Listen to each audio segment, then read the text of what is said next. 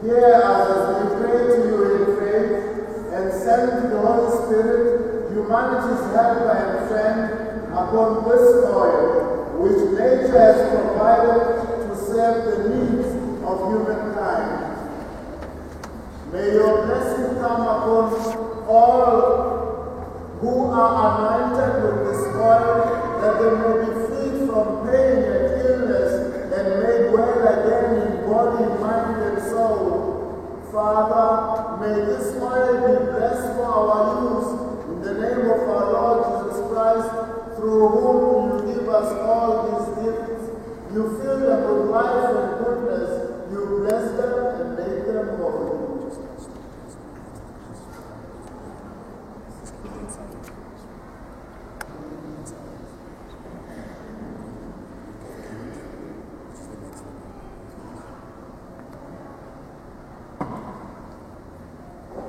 Lord, protector of all who believe in you, bless this oil and give wisdom and strength to all who are anointed with it in preparation for their baptism.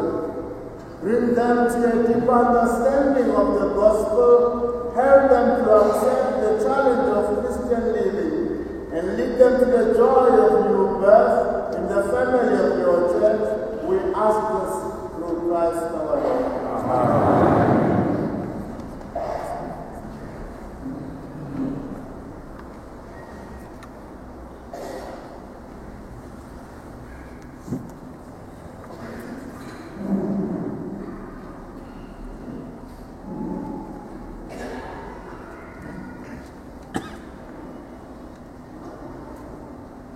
Let us pray that God, our Almighty Father, will bless this oil, so that all who are anointed with it may be inwardly transformed and come to share in eternal life.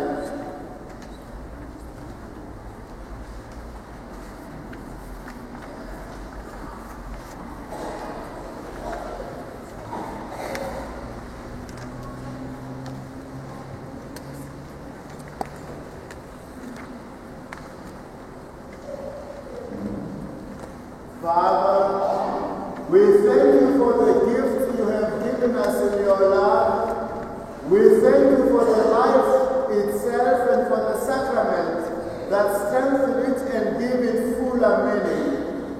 In the old covenant, you gave your people a glimpse of this holy oil, and when the fullness of time had come, you brought that mystery to perfection in the life of our Lord Jesus Christ, your Son.